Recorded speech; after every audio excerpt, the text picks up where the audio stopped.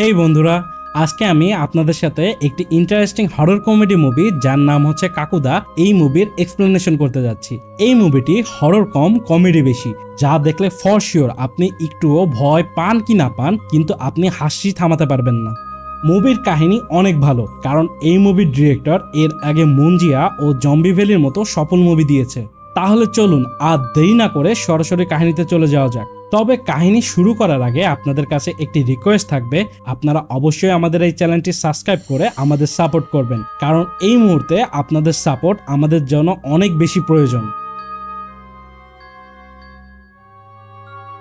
তো মুভির শুরুতেই আমরা একজন বৃদ্ধকে দেখতে পাই যে একটি শুনশান জায়গায় এসে বাস থেকে নেমে যায়। এখানে সে সাইকেলে করে তার গ্রাম রাতুরের উদ্দেশ্যে রওনা দেয়, আর এখানে কোনো কারণে তার মুখে ভয়ের ছাপ স্পষ্ট বোঝা যাচ্ছিল। সে যখন তার গ্রামে এসে পৌঁছায় তখন সন্ধ্যা 7টা বেজে গেছিল, আর এই দিনটি ছিল মঙ্গলবার।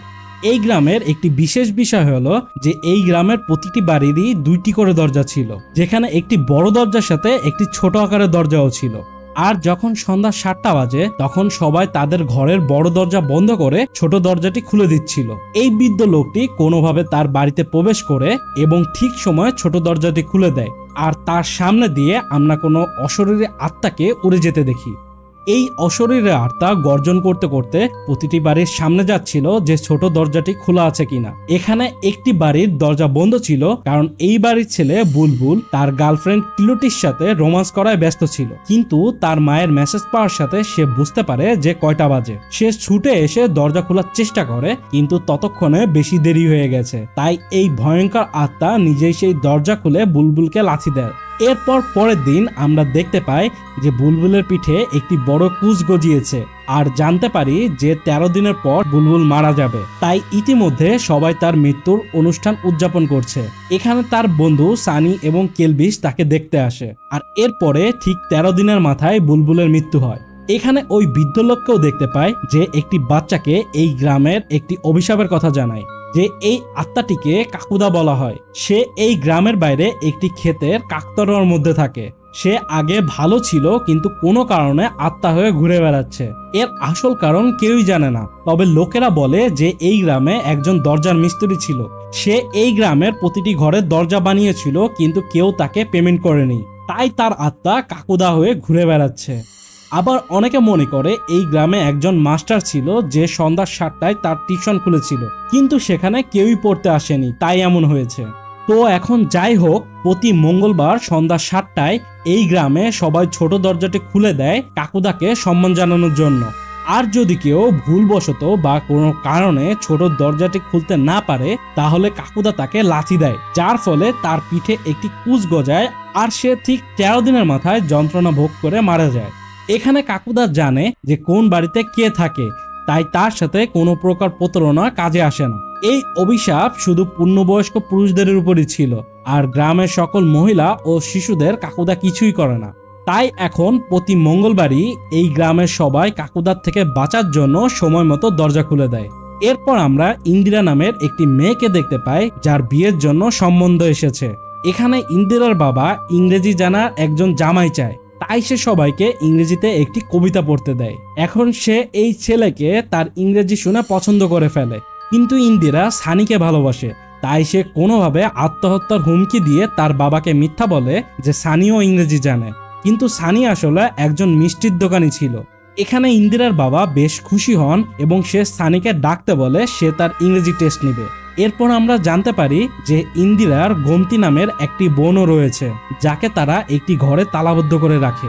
এরপরে ইন্দিরা সানিকে ওই ইংরেজি কবিতাটি শিখিয়ে তার বাবার সামনে আনে, কিন্তু ইন্দিরার বাবা কবিতাটি চেঞ্জ করে দেয়, যার ফলে সানি রিজেক্ট হয়ে যায়।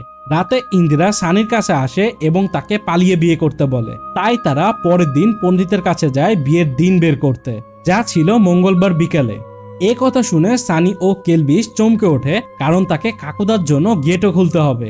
ইন্দিরা বলে যে দরজা আগে থেকেই খোলা রেখে আসার জন্য, কিন্তু সানি জানায় যে কেউ একবার কাকুদার সাথে এরকম চালাকি করেছিল, কিন্তু তার পিঠে আর বুকে 2টা কুঁজ উঠেছিল। কারণ কাকুদা সম্মান চায়, তাই দরজা খোলার সাথে কারো থাকাও প্রয়োজন। তখন ইন্দিরা বলে যে দরজা তো সানির বাবাও খুলতে পারে, যার কারণে বিয়ে ঠিক হয়ে যায়। এখন রাতে ইন্দিরা তার বোন গোমতির কাছে আসে, যে আসলে তারই যমজ বোন ছিল। এখানে গোমতী ইন্দিরাকে একটি আংটি দিয়ে তাদের শুভকামনা জানায়। এর পরের দিন সানি মহাবিপদে পড়ে যায় যখন তার বাবা হঠাৎ তীর্থে চলে যায়, কারণ সে তার বাবাকে তার বিয়ের কথা জানায়নি। আর এজন্যই সে দরজাটি বন্ধ করে বিয়ে করতে চলে যায়। সে তাড়াহুড়া করে বিয়ে শেষ করে বাড়ির দিকে আসতে গেলে তার বাইক নষ্ট হয়ে যায়। এরপর সে সাইকেল করে বাড়ি আসতে থাকে, কিন্তু তার সাইকেলের চেন ছিঁড়ে যায়। তারপরেও সে বাড়ি পৌঁছায়, কিন্তু দরজা খুলতে গিয়ে লক ভেঙে ফেলে। আর এতক্ষণে আমরা বুঝতে পারি যে আসলে অনেক দেরি হয়ে গেছে। তাই সে দরজা ভাঙতে গেলে সেখানে কাকুদা চলে আসে, আর সে এসে সানির বুকে একটি লাথি দেয়। তো পরের দিন আচমকায় সানির পিঠেও একটি কুচ গজায়, তার মানে সানিও 13 দিন পর মারা যাবে। এখন যখন সানি 13 এর গীত চলছিল, তখন এখানে ইন্দিরা আসে, যে সানির এমন অবস্থা দেখে হতবাক হয়ে যায়। এখন সানি ইন্দিরাকে বলে যে সে বিয়ে করতেই বিধবা হয়ে গেল। এখানে সানির বাবা আরো হতবাক হয়ে যায় যখন সে জানে ইন্দিরা তার পুত্রবধূ। ইন্দিরা সবাইকে বলে যে এটি একটি রোগ, তাই সে সানিকে ডাক্তারের কাছে নিয়ে যায়। ডাক্তার বলে এটি তেমন কিছু নয়, তাই একটি ছোট অপারেশন করে তার পিঠের কুচটি কেটে ফেলে। কিন্তু পরের দিনই কুচটি আবারও ফিরে আসে। তখন তারা হতাশ হয়ে হসপিটাল থেকে বাড়ি ফিরে আসে। এখানে হসপিটালে একজন রহস্যময় গার্ড ইন্দিরাকে একটি ভিজিটিং কার্ড দিয়ে তার সাথে যোগাযোগ করতে বলে। এখন গ্রামে পৌঁছানোর পর ইন্দিরাও বুঝতে পারে যে এটি কোনো সাধারণ কিছু নয়, তাই সে ওই গার্ডের দেওয়া নাম্বারে যোগাযোগ করে। আসলে ওই রহস্যময় গার্ডের নাম হচ্ছে ভিক্টর, আর সে একজন গোস্ট হান্টার ছিল, আর সে একটি আত্মাকে মুক্তি দিতেই ওই হাসপাতালে এসেছিল। এখন ভিক্টর সানিদের গ্রামে এসে ইন্দিরার সাথে দেখা করে। আসলে ভিক্টর নিজেও বেশ আগ্রহী ছিল, কারণ সে অনেক ভূত ও আত্মাকেই তাড়িয়েছে। কিন্তু কাকুদার ব্যাপারটা একদমই আলাদা ছিল, কারণ কাকুদা কাউকে মারার আগে 13 দিনের অর্নিং দিয়ে মারে। এরপর তারা কাকুদা যে মাঠে থাকে সেখানে যায়। এখানে ভিক্টর একটি পেইন্টিং এর মাধ্যমে কাকুদার রহস্য সমাধান করতে শুরু করে, কিন্তু কাকুদা এই কাকতাড়ুয়া রূপে সবাইকে ভয় দেখায়। তাই সবাই ভিক্টরের পেইন্টিং শেষ হওয়ার আগে তাকে নিয়ে পালিয়ে যায়। এখন এই পেইন্টিং এ 2টি কবুতর আর একটি শুকনো কূপ ছিল। এখন গ্রামের অভ্যন্তরে তারা একজন পালোয়ানের বাড়ির পিছনে একটি শুকনো কূপ খুঁজে পায়, আর তার পাশে মাটি খুঁড়লে 2টি কঙ্কাল পায়। আর এখানে হঠাৎ করে কাকুদাও চলে আসে, আর আমরা প্রথমবার কাকুদাকে দেখতে পাই, যে একজন বামন ছিল, আর তাকে দেখতে বেশ ভয়ঙ্কর লাগছিল। কাকুদা এসে এখানে ভিক্টরের উপর হামলা করে, আর সে কবর খোঁড়া দেখে অনেক রেগে যায়। তাই দেখে সানি আর ক্যালভিস কবরটি আবারও ভরতে শুরু করে। এখানে ইন্দিরা মশাল ধরলে কাকুদা এখান থেকে চলে যায়। এখন পরের দিন সবাই চিন্তিত ছিল, কারণ সানির আর মাত্র 4 দিন বাকি। তখন ভিক্টর এই ক্যাপের মধ্যে গোয়াল সার্কাসের সম্পর্কে কিছু তথ্য পায়। এদিকে ইন্দিরার বাবা মা সানির কাছে আসে, তাকে ইন্দিরাকে দ্বিতীয় বিয়ের জন্য রাজি করাতে বলে। তখন এখানে ভিক্টরও চলে আসে, যার ইংরেজি শুনে ইন্দিরার বাবা তো পুরোই ইমপ্রেস হয়ে যায়। তাই সে সানিকে ভিক্টরের সাথে ইন্দিরার বিয়ের কথা বলে। এখানে সানিও চাচ্ছিল ইন্দিরা ভিক্টরকে বিয়ে করুক, তাই সে ইন্দিরাকে ভিক্টরের সাথে সেই সার্কাসের মালিকের কাছে একাই যেতে বলে। এরপর সে আত্মহত্যা করার জন্য ফ্যানের সঙ্গে ঝুলে পড়ে। অপরদিকে আমরা সার্কাসের মালিকের কাছ থেকে কাকুদার আসল কাহিনী জানতে পারি, যে তার আসল নাম গুল্লাক, কারণ সে তার টুপির মধ্যে টাকা কালেক্ট করত। গুল্লাক ছোটবেলায় উল্টো হয়ে জন্মেছিল, আর তার একটি বিশেষ ক্ষমতা ছিল যে প্রতি মঙ্গলবার সন্ধ্যা 7:15-তে সে কারোর পিঠে তার ডান পা রাখলে তার পিঠে যত ভয়ানক ব্যথাই হোক না কেন তা চলে যেত। একদিন তারা সার্কাসের জন্য এই রাতরি গ্রামে পৌঁছায়। সেখানে গ্রাম প্রধান তার কোমরের ব্যথায় কাতরাচ্ছিল, আর তার চিকিৎসা এক গুগু পালন করছিল। তখন গুল্লাক তাকে ঠিক করে, আর সে গ্রামের মাঝে অনেক ফেমাস হয়ে যায়। তখন গুল্লাক এই গ্রামের অনেক লোককেই সুস্থ করে, এবং এই কারণে গ্রামের সবাই তাকে অনেক সম্মান করত, আর গ্রামেই তাকে একটি বাড়ি তৈরি করে দেওয়া হয়। এখান থেকে সার্কাস চলে গেলেও গুল্লাক এই গ্রামেই থেকে যায়, আর হঠাৎ করে কিছুদিন পর তার খবর আসা বন্ধ হয়ে যায়। এখানে সার্কাসের মালিক থেকে এটুকু তথ্য পেয়ে তারা বাড়ি এসে দেখে যে সানি নিজেকে হত্যা করার চেষ্টা করেছে। এখানে সমস্ত গ্রামবাসী সহ সানিও তাদেরকে তাড়িয়ে দেয়। তাই ইন্দিরা বাড়িতে চলে আসে, আর তার বোন গোমতীর কাছে গুল্লাকের কথা বলে যে এই গ্রামবাসী তাকে ঘর দিল, সম্মান দিল, আর সে তাদেরকেই মারছে। তখন গোমতী হঠাৎ করে পজে যাওয়ার মতো বলে ওঠে, ওই গ্রামবাসীরাই তার ঘরও জ্বালিয়ে দিয়েছে। আর এই বলে সে আবারও স্বাভাবিক হয়ে যায়। তারপর ইন্দিরা ভিক্টরের সাথে দেখা করে, যেখানে আমরা গোমতীর সম্পর্কে জানতে পারি যে সে রাতে ঘুমের ঘরে চলাফেরা করে আর সকালে তার পায়ে কাদামাটিতে ভরা থাকে। তাই গ্রামের লোকেরা তার সম্পর্কে আজে বাজে কথা বলায় তাকে ঘরবন্দি করে রাখা হয়েছে। এখন ভিক্টর বলে গোমতী হয়তো গুল্লাকের সম্পর্কে কিছু জানে, অর্থাৎ তার অবচেতন মন কিছু বলতে চায়। তাই তারা আজকে রাতে তাকে ফলো করার সিদ্ধান্ত নেয়। তাই সে ইন্দিরাকে আজ রাতে গোমতীর দরজা খোলা রাখতে বলে। রাতে ভিক্টর গোমতীকে দেখে চমকে যায়, কারণ সে তাকে ইন্দিরা ভেবেছিল। এরপর তারা গোমতীর পিছে সেই কাকুদার মাঠে চলে আসে, আর এখানে তাদের সাথে সানি ও কেলভিসেরও দেখা হয়। এখানে গোমতী সেই কাকতারুয়ার সামনে গিয়ে জোরে জোরে হাসতে থাকে, আর তারপর হঠাৎ করেই অজ্ঞান হয়ে যায়। তখন পুরো আকাশের কালারই চেঞ্জ হয়ে যায়, আর এই কাকতারুয়া নড়াচড়া করতে শুরু করে। তাই দেখে তারা ভয়ে কাকতারুয়াটিকে জ্বালিয়ে দেয়। এখানে জ্বলন্ত কাকতারুয়া থেকে কাকুদার আত্মা বেরিয়ে আসে, আর তাদের উপর আক্রমণ করতে গেলে ইন্দিরা তার সামনে এসে বলে যে তাদের সেই সার্কাসের মালিক তার সাথে কি হয়েছিল তা জানার জন্য পাঠিয়েছে। তখন কাকুদার আত্মা গোমতীর শরীরকে পজেস করে, আর এই অভিশাপের আসল কাহিনী বলতে শুরু করে যে গ্রামের সবাই তাকে ভালোবাসলেও তার কারণে গুগ্গু পালনের কাছে কেউ আর যাচ্ছিল না, আর সেও মানুষের ব্যথা সারাতো। এই গ্রামে গঙ্গা নামের একজন বিধবা মহিলা ছিল, যার শিবু নামের একটি ছোট বাচ্চা ছিল। এখানে গুল্লাক শিবুকে অনেক পছন্দ করত আর তার সাথে খেলাধুলা করত। এখন একদিন শিবুর মার পিঠে প্রচুর ব্যথা হয়, তাই এক মঙ্গলবারের সন্ধ্যায় শিবু কাঁদতে কাঁদতে গুল্লাকের কাছে যায়, কিন্তু গুল্লাক কোনো মহিলাদেরই স্পর্শ করতো না। তারপরেও শিবুর বিষণ্ণ চোখ দেখে সে গলে যায়। তাই সে শিবুর সাথে তাদের বাসায় যেতে শুরু করে, যা গুগ্গু পালন দেখে ফেলে। এখানে গুগ্গু পালন খুবই খারাপ লোক ছিল, আর সে তার লোকজন নিয়ে পুরো বাড়ি ঘেরাও করে ও তাদের সম্পর্কে ভুল ব্যাখ্যা করে পুরো গ্রামে ভুল জিনিস ছড়িয়ে দেয় এবং গুল্লাককে অনেক মারধর করে আর তার ঘরও জ্বালিয়ে দেয়।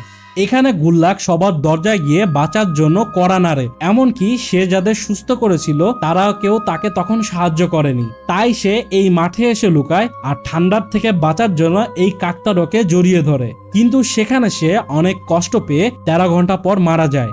গুগ্গু পালন শিবু ও গঙ্গাকে হত্যা করে তার বাড়ির পিছনে কবর দেয়। আর এই অভিশাপ তখন থেকে শুরু হয়, কারণ তখন কেউ গুল্লাকের জন্য দরজা না খুললেও তার আত্মা হওয়ার পর সবাই তার জন্য আলাদা একটি দরজা বানায়। আর সে যে 13 ঘন্টার যন্ত্রণা সহ্য করে মারা গেছে, তাই সে সবাইকে 13 দিনের যন্ত্রণা দিয়ে মারে।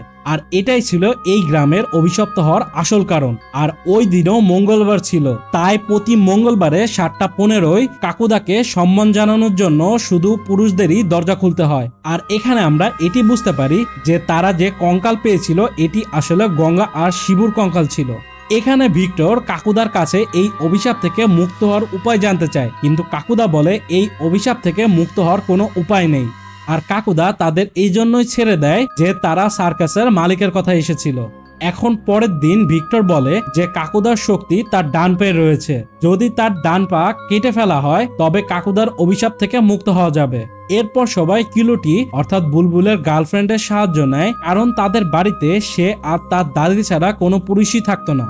অন্যদিকে সানির আর মাত্র একদিন বাকি ছিল, তাই সবাই মিলে সানির মৃত্যুর প্রস্তুতি নিচ্ছিল। এখন এখানে সবাই মিলে এই ছোট দরজাটি পুরোপুরি ভেঙে ফেলে, যাতে কাকুদা দরজা ভাঙা দেখে রেগে যায়, আর এরপর তারা ঘরের ভিতরেই লুকিয়ে পড়ে। আর এখানেও ঠিক তেমনটাই হয়। কাকুদা এসে দরজা ভাঙা দেখে প্রচন্ড রেগে গিয়ে ভিতরে ঢোকে। তখন সে ভিতরে গুমতিকে দেখতে পায়। গুমতিকে দেখে সে একটু অন্যমনস্ক হলে ভিক্টর পিছন থেকে এসে তার ডান পা কাটতে যাবে, কিন্তু তখনই সানিও এখানে চলে আসে, কারণ সে ফোনে কথা বলার সময় মনে করেছিল যে ইন্দিরা কোনো বিপদে পড়েছে।